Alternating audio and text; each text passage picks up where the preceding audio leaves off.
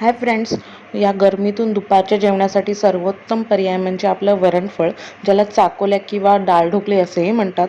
खमंग लागते आणि तितक्यात झटपटही होते. चला मग बनवूया आपण.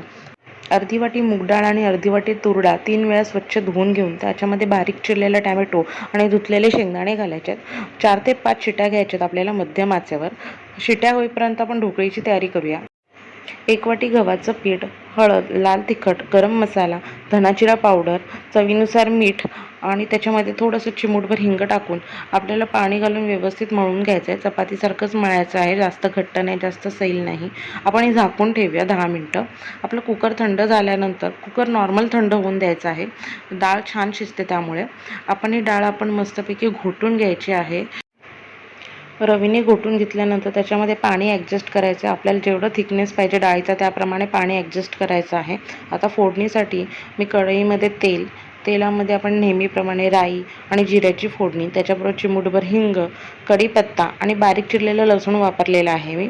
हळद, लाल तिखट, गरम मसाला आणि धना जिरा पावडर टाकायचे. मसाले छान तेलात परतल्यावर त्याच्यामध्ये आपण ही डाळ ओतून घेऊया. चवीनुसार मीठ, चिंचेचा कोळ आणि गूळ टाकून घ्यायचा आहे. डाळीला उकळी येऊन द्या. उकळी येईपर्यंत आपण ढोकळी लाटून घेऊया. तुम्हाला हव्या त्या आकाराच्या तुम्ही ढोकळ्या लाटू शकता. या ढोकळ्या आपण डाळीमध्ये टाकून घेणार आहोत. 5 ते 6 मिनटं झाकण ठेवून उकळी येऊन द्यायची आहे. 5 ते 6 मिनटात अगदी व्यवस्थित शिजतं. त्याच्यावर बारीक चिरलेली कोथिंबीर आणि लाल मिरची आणि लाल तिखटाचा मी तडका दिलेला आहे. तडका दिल्यानंतर 1 मिनिटं उकळून घेतल्यानंतर आपलं वरणफळ, डाळ ढोकळी, चाकोळ्या जे काही म्हणा, नावं अनेक आणि चव एक, एकदम भारी रेसिपी अगदी रेडी आहे. आवडलं असेल तर नक्कीच चॅनलला सबस्क्राईब, लाईक करा. थँक्यू.